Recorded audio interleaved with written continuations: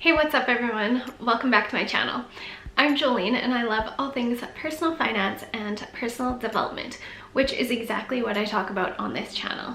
So if either of those topics interest you, please consider subscribing. Today I'm going to explain how you can start saving up for a big purchase or something like a down payment. Recently, I had a friend come to me for money advice, and she had said that she went to a financial advisor and asked how she should start saving up for a down payment. The financial advisor's advice was really appalling to me, and I don't think that a financial advisor should be advising this way. So what the financial advisor's advice was to just ask a family member to give you that money. What a terrible answer.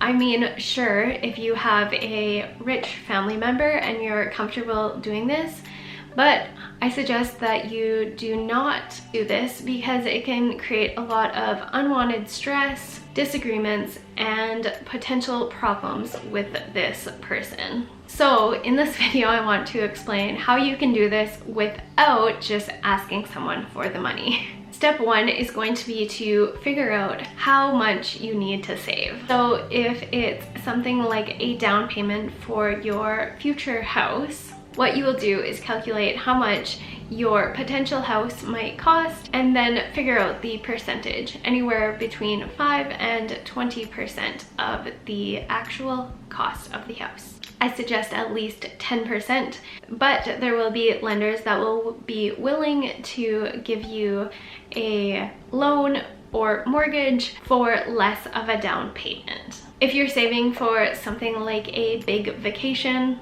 this step would involve calculating how much your flights and accommodations are, and then calculating on average your daily expenses like food and activities.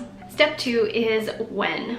When do you need this money by? Do you have a certain deadline? Once you've calculated how much you need to save, the next step is going to be to determine when you would like to have this money saved up by. For something like a vacation, it might be a lot easier to have that actual deadline or date. For a down payment, you can just set yourself a goal date and try to save up the money by that date. Step three is going to be to calculate your monthly amount. So what is the total amount that you need and the date and when you need to save it by. So now what you will do is divide the total with the amount of months until your deadline. So for example, if you need $3,000 for your vacation, which is in 6 months, you will have the calculation would be 3,000 divided by 6, which would come to a total of $500 per month. So in order to be fully prepared for this vacation, you would need to put aside $500 into your savings account to successfully reach your goal. Step four is to open a savings account. Now that you have all of the details and information, now is the time to open a separate savings account specifically for your goal. This is so key because if you have one savings account and you're putting all sorts of money into it and for different purposes, you might not actually know when you have reached that goal, or you might be taking out too much money for something else when it was specifically designed for maybe your vacation or this down payment. By having a separate savings account, you will be able to see your goal and how close you are to your goal each time you transfer money into that account. At a glance, you will be able to visually see the money going up in the account, which will be very satisfying. And this will also prevent you spending this money on other things. Step five is to figure out how you can make this savings goal possible.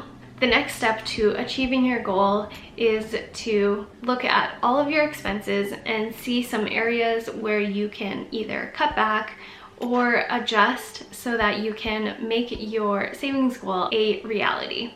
I suggest that you calculate all of your monthly expenses to see the areas of improvement.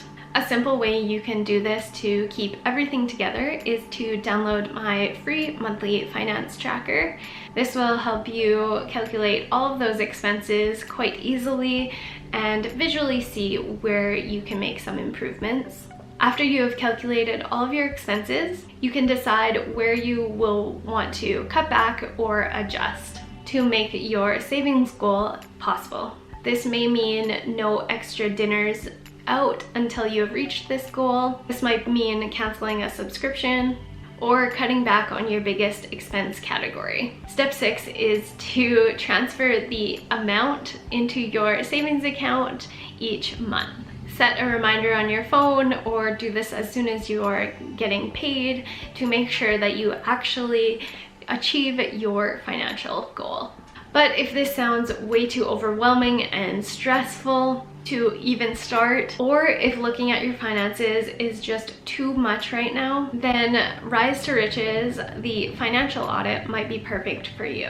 What this audit will help you with is to address your biggest money issues and to help you figure out a plan to achieve this financial savings goal. What is included in my Rise to Riches financial audit is an entire audit or overview of your current financial situation, a 60-minute one-on-one call with me where we will go over all of the details of your finances, and then what you will get is a goal sheet and action plan emailed directly to you. This will include a PDF version of your roadmap to success to help you keep on track and make sure that you will actually achieve your savings goal. Be sure to learn more about Rise to Riches. The link will be in the description down below. I would love to help you reach your financial goals. So in order to save up for that big purchase,